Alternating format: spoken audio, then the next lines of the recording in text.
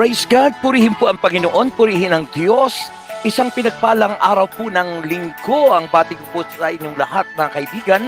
Sumapit na naman po ang oras ng alas 4 hanggang alas 5 ng hapon dito po sa ating palatuntunan. Ito po ang Word Meditation every Sunday po mga kapatid. Dito po sa The Greatest Hub Channel mga kapatid. Remember, in Greatest Hub Channel, together we discover, we develop, and we dominate our greatness within, mga kapatid. This is a motivational and transformational channel of iHealth, mga kapatid. So, magandang hapon po sa inyong lahat, mga kaibigan, mga kapatid natin, mga kapanalig, kapananampalataya, mga kapatid kay Kristo. Magandang hapon po sa inyong lahat, mga kaibigan natin sa Luzon, Visayas, Mindanao, at siyempre pa, mga kaibigan natin throughout the world, sa 7 continents of the world. Magandang hapon po sa inyong lahat, mga kaibigan, mga kapatid natin sa Amerika, sa Canada, sa Australia, sa Japan, sa Middle East, sa Europa, mga kapatid, at sa buong mundo. Magandang hapon po sa inyong lahat. Ito ang inyong coach, ang inyong master coach, ang inyong host, ang inyong kapatid, kapanalig, Brother Rex America in the Philippines, always welcoming the presence of the Holy Spirit. So, my dear brothers and sisters in Christ, isang napakagandang pagbati ko po sa inyong lahat. At ang ating pong pag-uusapan ngayong hapong ito ay patungkol po sa result of meditations. Ano po ba ang ibinunga o ang resulta ng word meditations, mga kapatid? But before we go on, we come unto God. We praise you, God. We glorify your holy name. You are great, God. The God who supply everything for us. We thank you so much. And Father, we pray to bless each and every one of us. Most especially, all subscribers in this channel. We thank you so much, O Lord God, for your Holy Spirit who guide us always. We thank you. Father, bless your servant and guide me, O Lord God, in this teaching. We praise you and we glorify you. In Jesus' name we pray. Amen and amen. Purihin po ang Panginoon, purihin po ang Diyos. Tulad po ng ating sinabi, ang ating pag-uusapan po ngayong oras na ito is about the result of word meditations, mga kapatid. At tandaan po natin, ang napakagandang ating pag-uusapan ngayon ay naway magbunga sa atin ng pag-ibig, pananampalataya, at maghatid sa atin sa buhay na walang hanggan. Remember this program, Word Meditations, your daily meditation that suit your mind and heart and soul through God's divine source of power and anointed strength of life. This is your host, your brother in Christ, Master Coach Rex America in the Philippines, always welcoming the presence of the Holy Spirit. According to Psalm 19, verse 13 to 14, it says, "Keep your servant also from the willful sins, and may they not rule over me. Then will I be blameless, innocent of great transgression.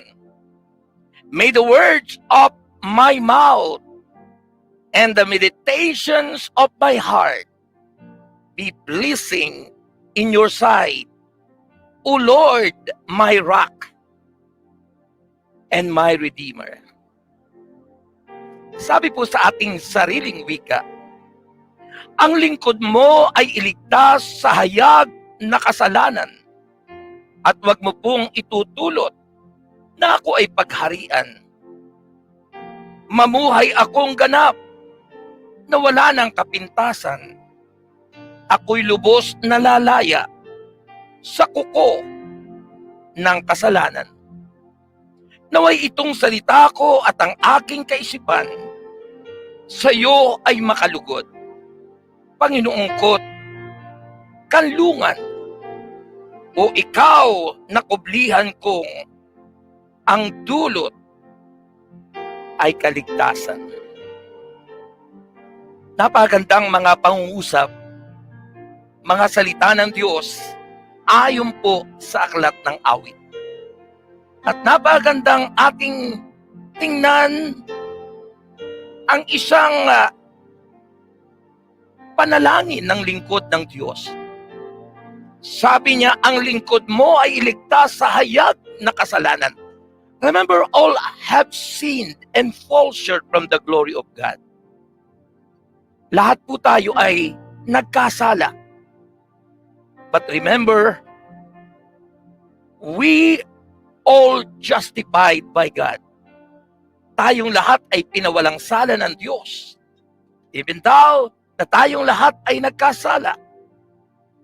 Pero sa pamagitan ni Kristo, tayong lahat ay pinawalang sala. Justified. At yan ang nais na makita po natin. Sa mensaheng nais iparating sa atin ng Diyos na bunga ng word meditations, mga kapatid. Remember, sa word meditation, the result of this, first and foremost, is being obedient to His will. And remember, the will of God is the word of God. Remember that, people of God. Ang kalooban ng Diyos ay ang kanyang mga salita. Kaya mahalaga po ang pagsunod sa kanyang mga salita. Madalas nating naririnig ang sinasabi na kinu-quote doon po sa sulat sa 1 Samuel chapter 15 verse 22. In the book of Samuel, madalas na sinasabi po natin doon yung obedience is better than sacrifice. Higit na mahalaga ang pagsunod kaysa mamahaling handog. At tunay naman po na yun po ang napakahalaga, ang pagsunod. Sapagkat ang taong di marunong sumunod sa kautusan, ang biyaya ay lumalayo sa kanya. At hindi tayo pagpapalain ng Diyos. Kaya mahalaga po ang pagsunod. The first result of word meditations, mga kapatid, is being obedient to His will. Yung tayo'y matutong sumunod sa kalooban ng Diyos. Bunga ng pagninilay at pagbubulay-bulay ng kanyang mga salita. Ayon sa sinasabi ng aklat ng mga awit, chapter 119 verse 11, sabi niya, I have hidden your word in my heart that I might not sin against you. Mga kapatid, sinasabi ng kanyang salita na ang banal mong kautusay sa puso ko iingatan upang hindi magkasala laban sa iyo kailanman. Mahalaga po na ang ibinubunga ng pagninilay o pagbubulay-bulay ng salita ng Diyos, ito'y iniingatan natin sa ating puso. The Word of God, it must our treasure in our heart.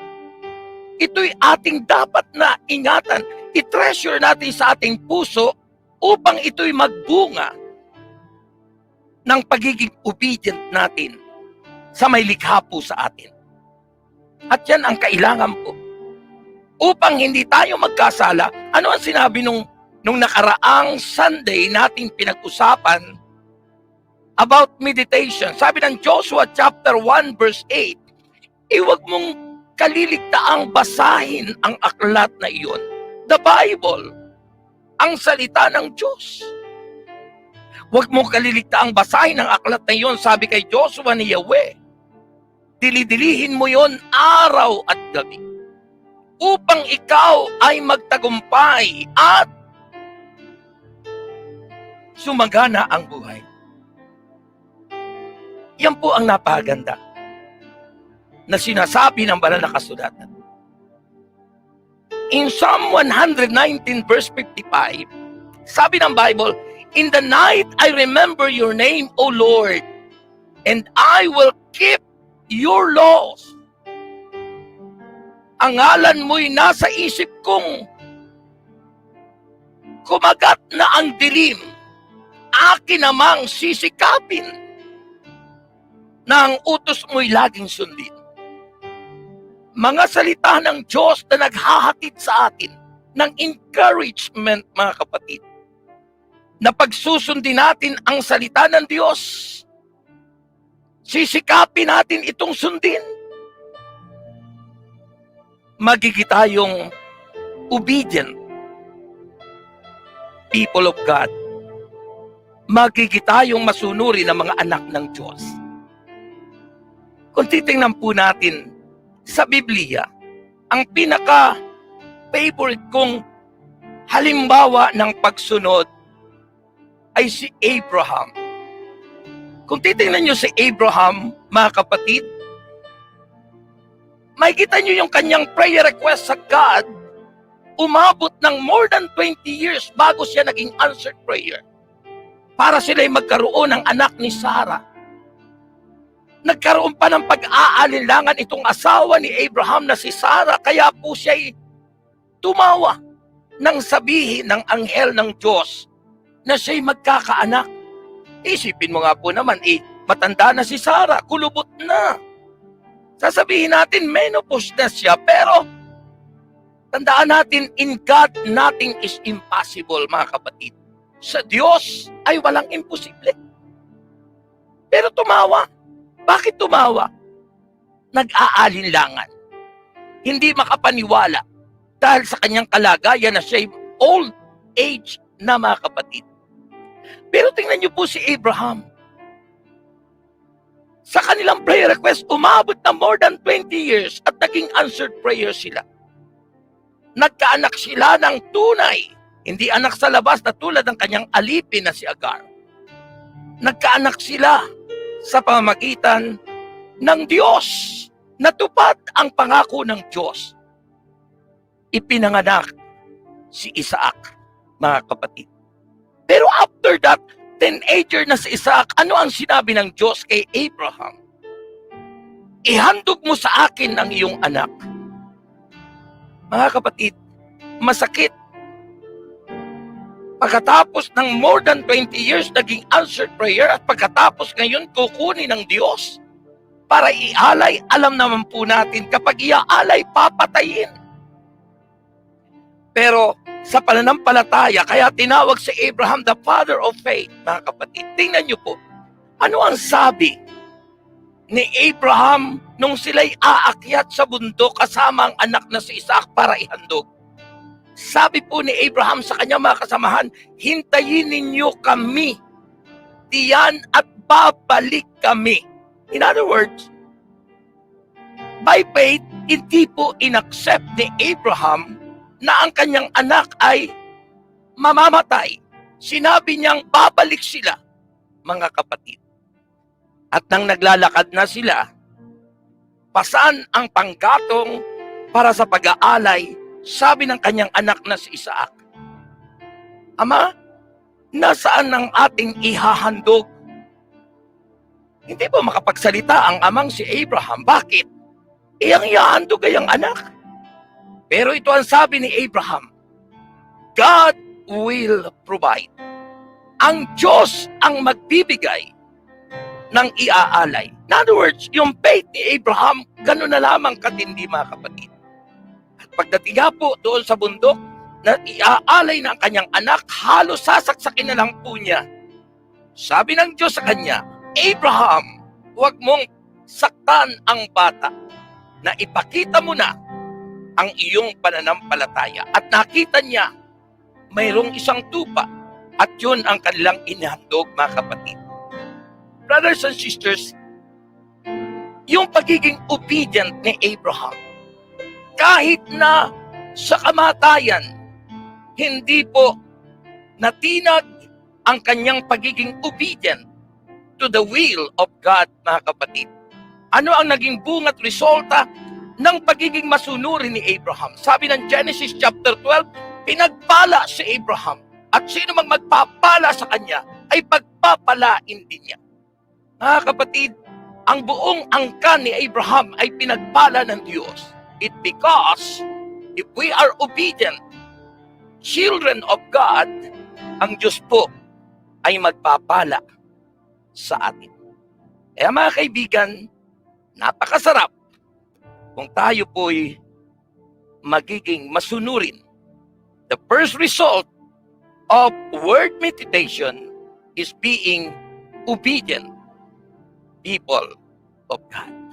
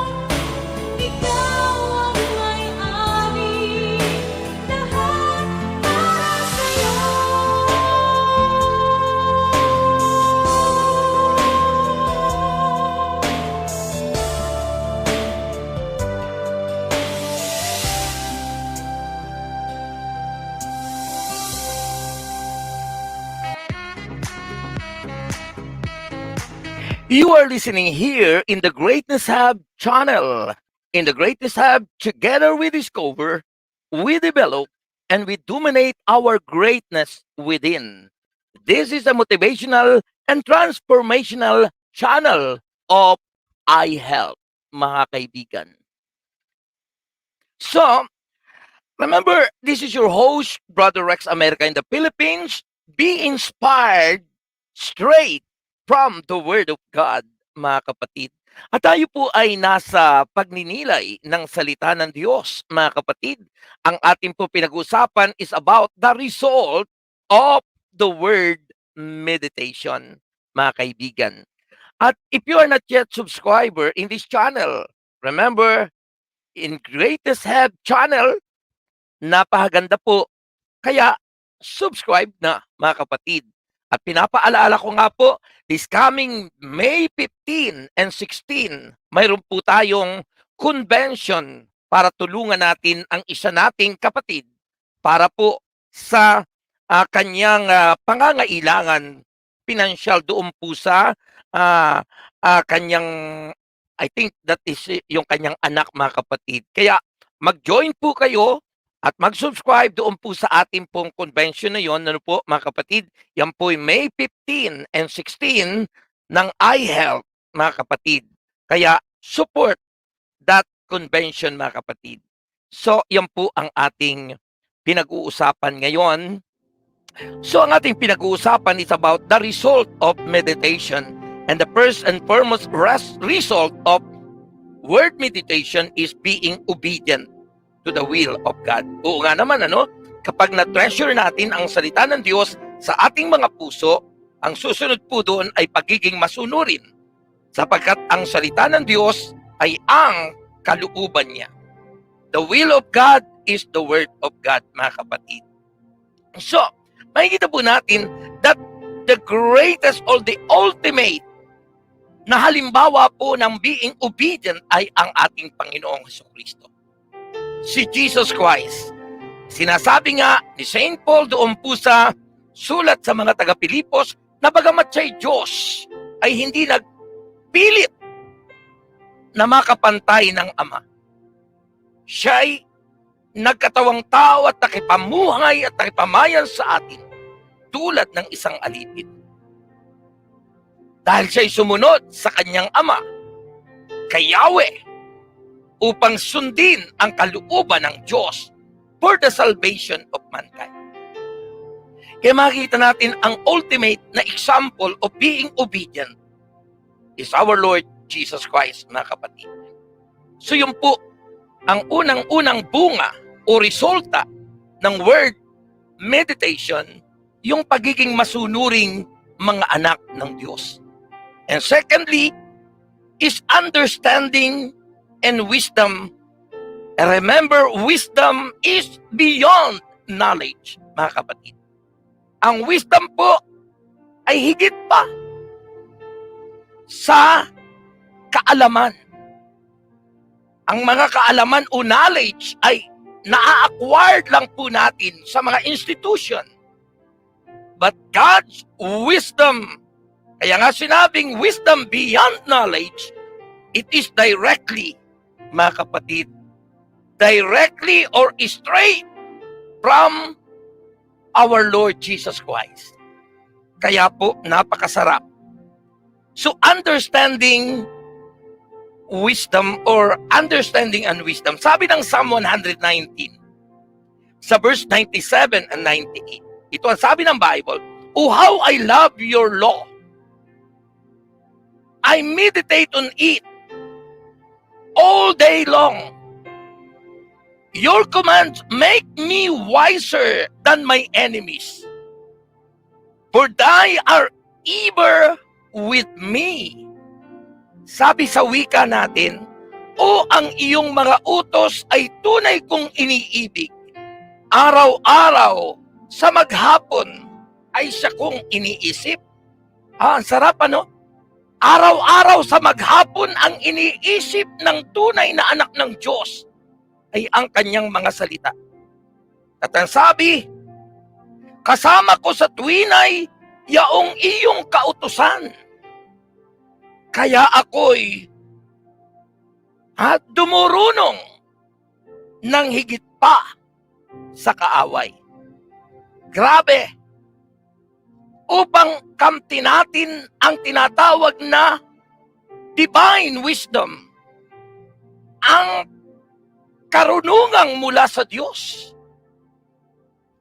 Ito ay bunga ng pagninilay o pagbubulay-bulay ng salita ng Diyos.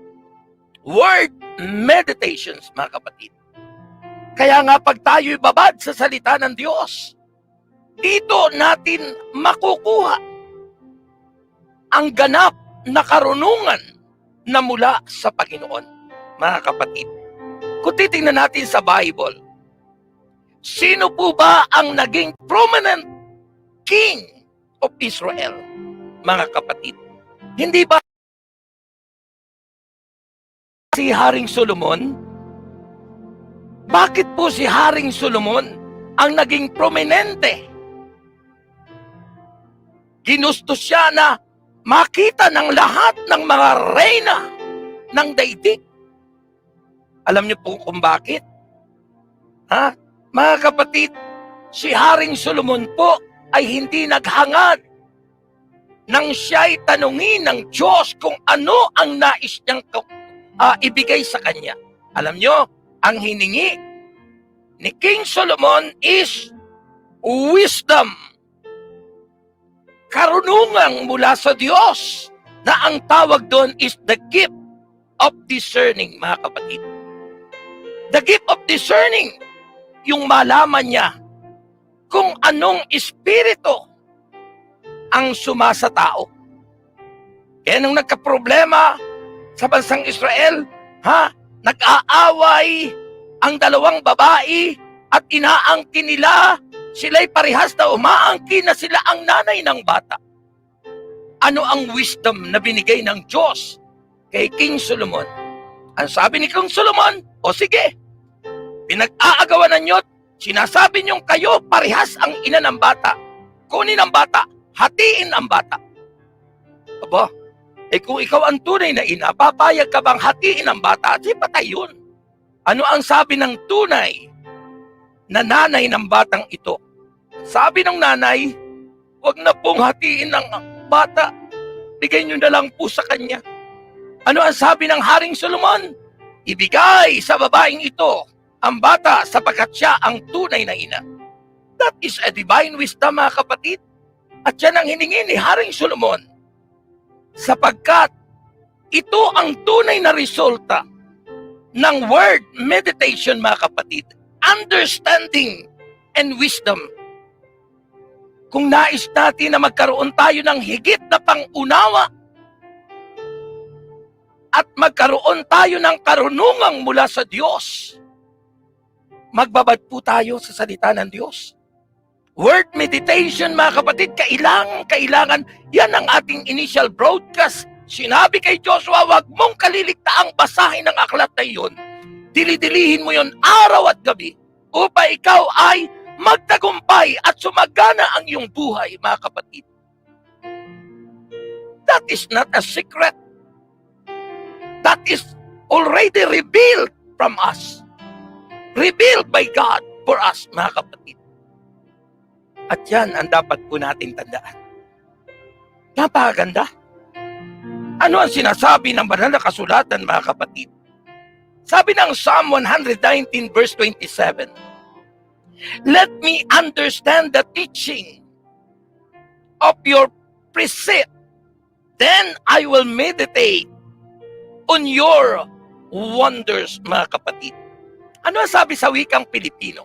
Ang lingkod mo ay turuang masunod ang kautusan at sa utos mong mapangakit ako na may mag-aaral.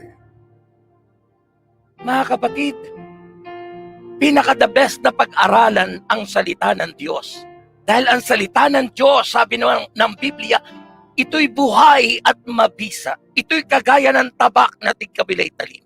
Ito'y tumatako sa mga kasukasuan, sa mga buto at sa mga utak ng tao, natataho at nalalaman ang mga iniisip natin. That's how powerful the Word of God is, mga kapatid.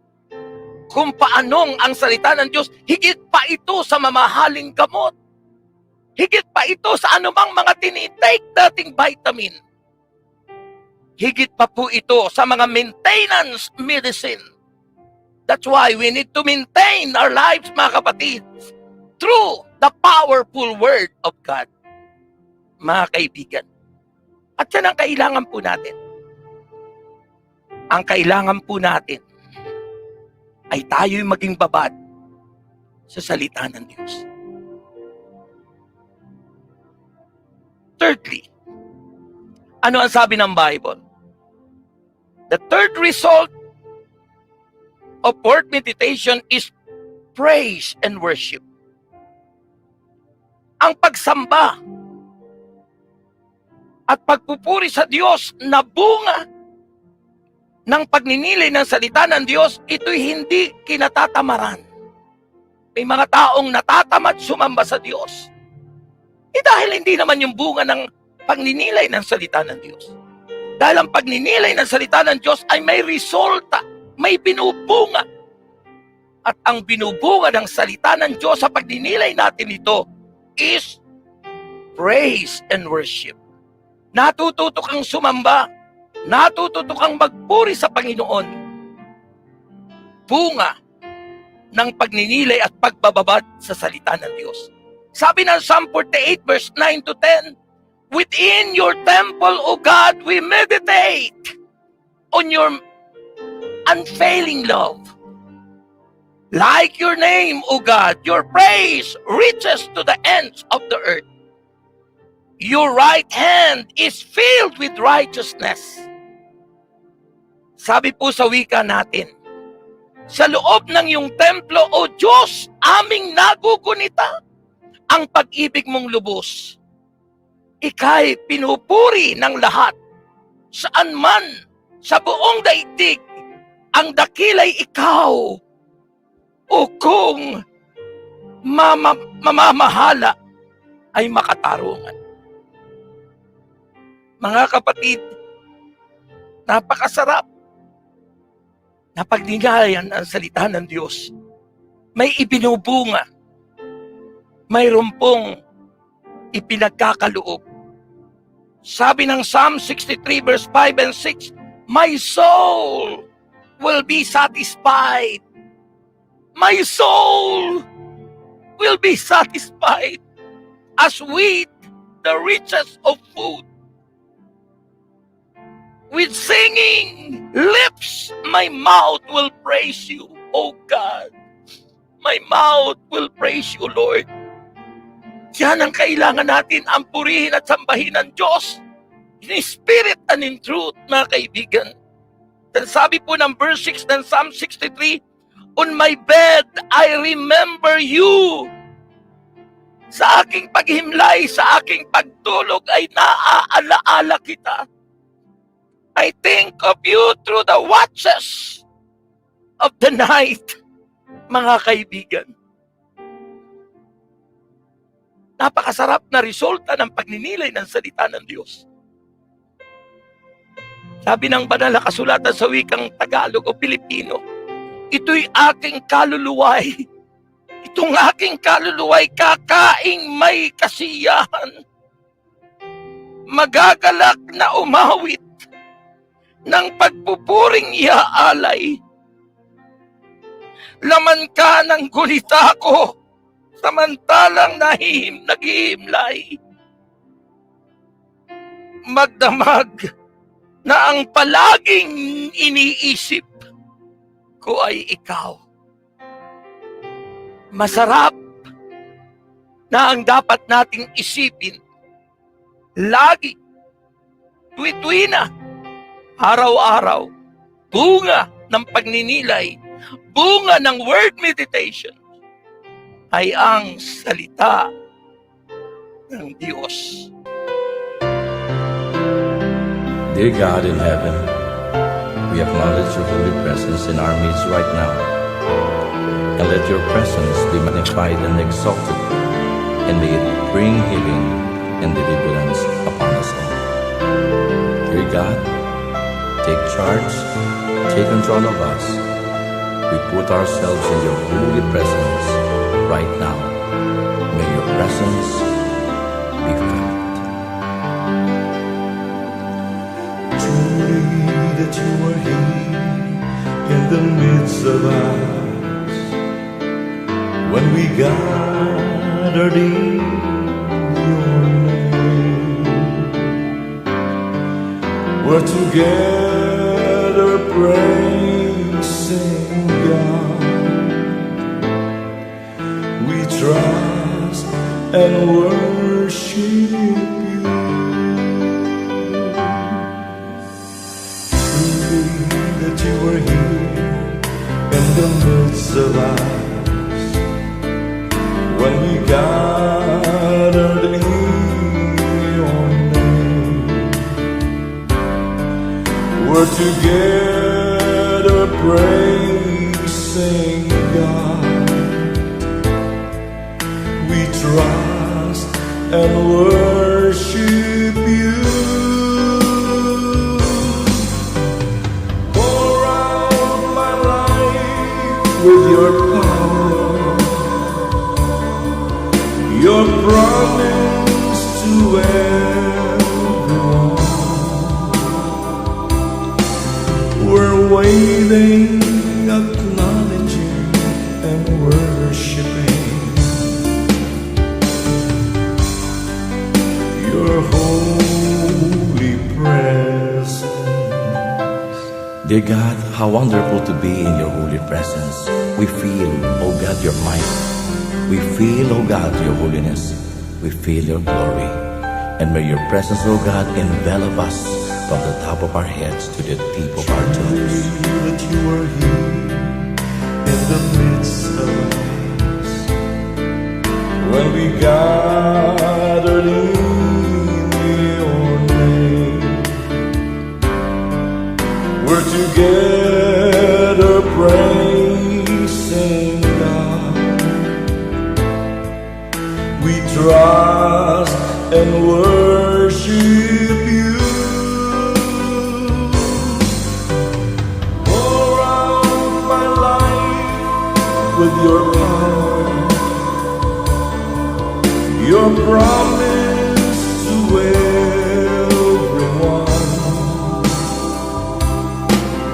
We're waiting, acknowledging and worshiping your holy presence. Pour out my life with your power, your promise to everyone. We're waiting, acknowledging and worshiping your holy presence. Your word is our power. Your presence is our strength. Your might is our holiness. Lord, my everything. Thank you, God. Thank you for your holy presence. All this, oh God, for your glory and for your honor. In Jesus' mighty name we pray. Amen and amen.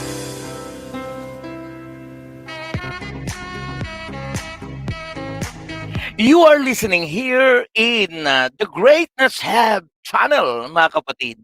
In Greatness Hub channel, together we discover, we develop, and we dominate our greatness within.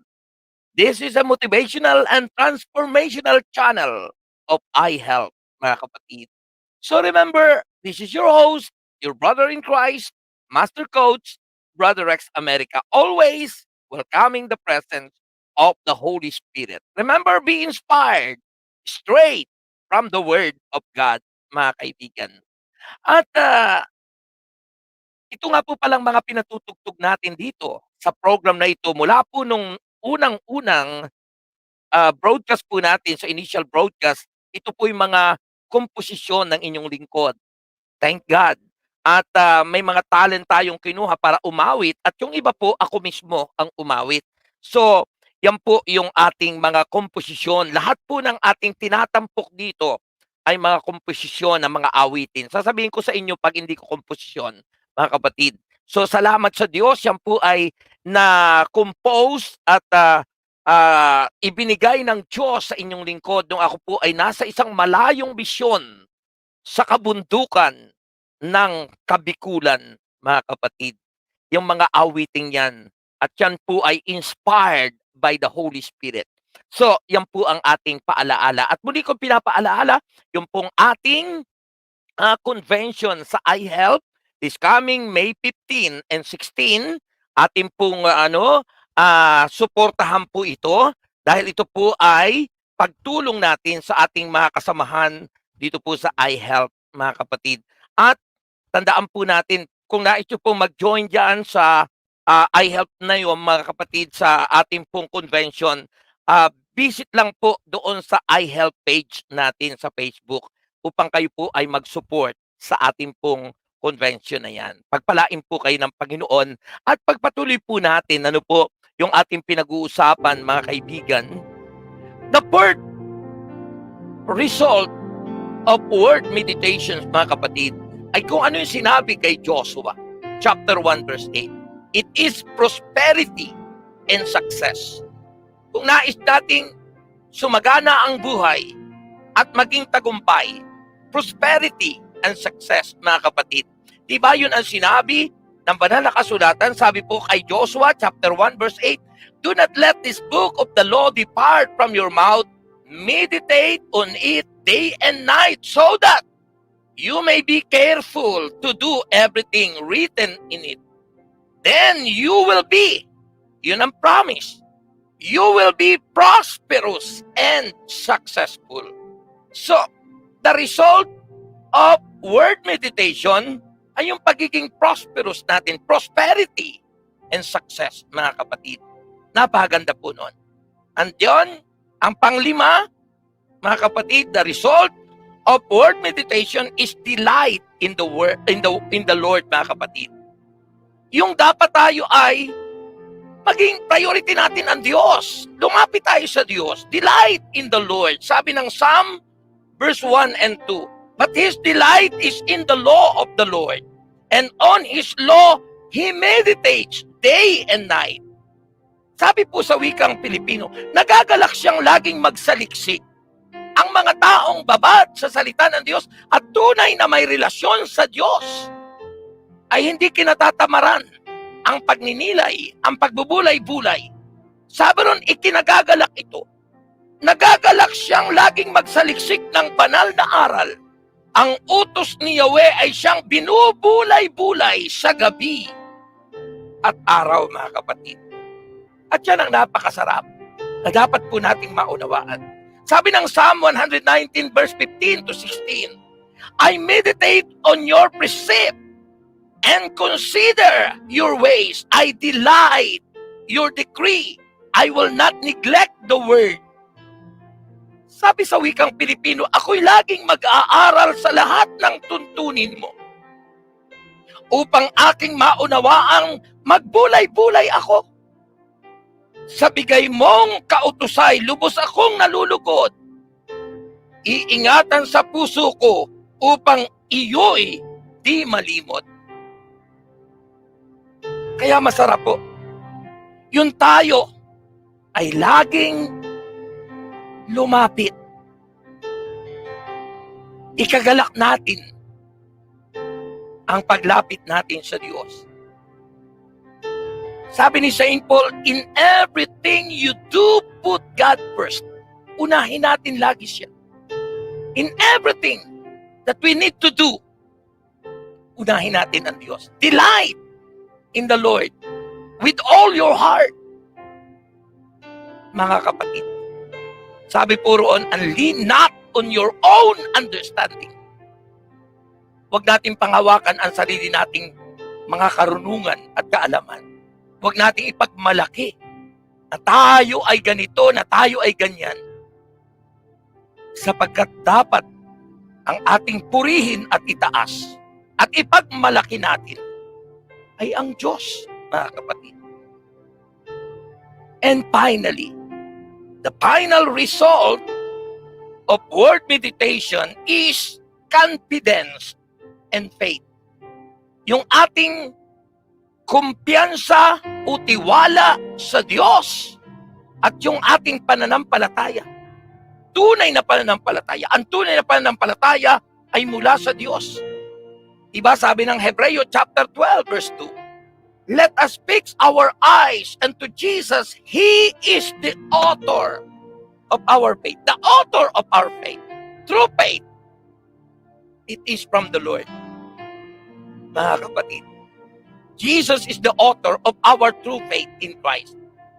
Mga kapatid, so yung kumpiyansa po natin, yung confidence po natin, yung tiwala natin sa Diyos, ito'y bunga ng ating word meditation. Sabi po ng Psalm 16 verse 8, I have set the Lord always before me, because He is my right hand, I will not be shaken. Nababatid ko na siya'y kasama ko oras-oras.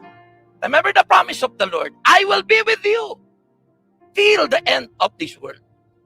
Hanggang, hindi pa nga natatapos ang mundo eh.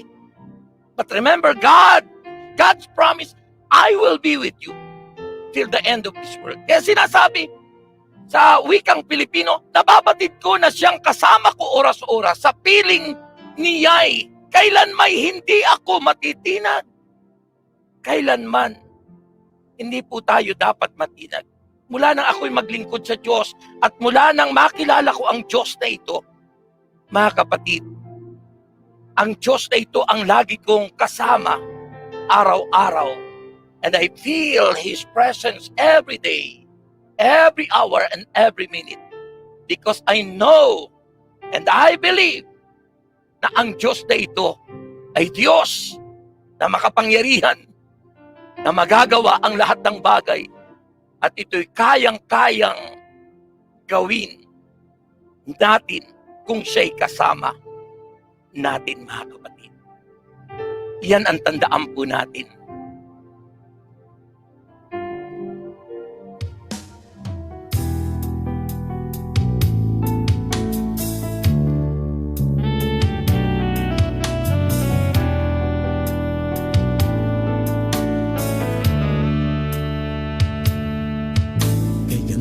Masdan ng mga ilaw, kumikislap-kislap tulad ng mga alitap sa bundok ng pananampalataya. Di ako mangangamba pagkat ikaw ay laging kasama. O Diyos, ikaw ang siyang nadarama.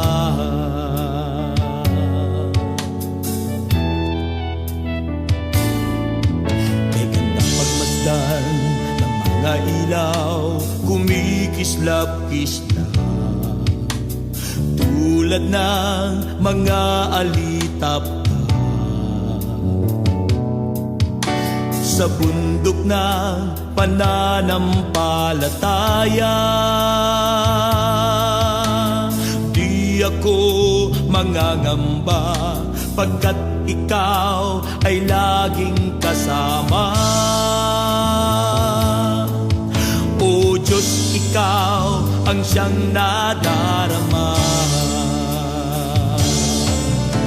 Halina at purihin siya, halina at sambahin siya sa bundok ng pananampalataya. Halina at tayo ay sumamba. Kami ay nagsama-sama, mga lingkod na tinawag niya sa bundok ng pananampalataya. Espiritu ng pagkakaisa, O Diyos, ikaw ang siyang nadarama.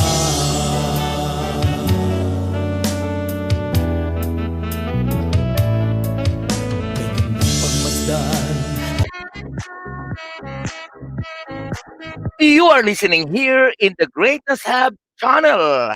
In Greatness Hub channel, together we discover, we develop, and we dominate our greatness within. This is the motivational and transformational channel of iHelp, mga kapatid. Remember, be inspired, straight from the Word of God, always here in Word Meditation, mga kapatid. This portion is brought to you by Rexlu Enterprises. Ang Rexlu Enterprises ay pure herbs talaga. Maaasahan, walang kahalong chemical, at ito'y hindi makaka-apekto ng masama sa iyong katawan. Tangkilikin ang Rexlu Care Product. Maaasahan, mabisa, at handang bumabay sa ating kalusugan. Bukas po ang aming store sa Amble City of Faith tuwing Martes at Sabado alas 9 ng umaga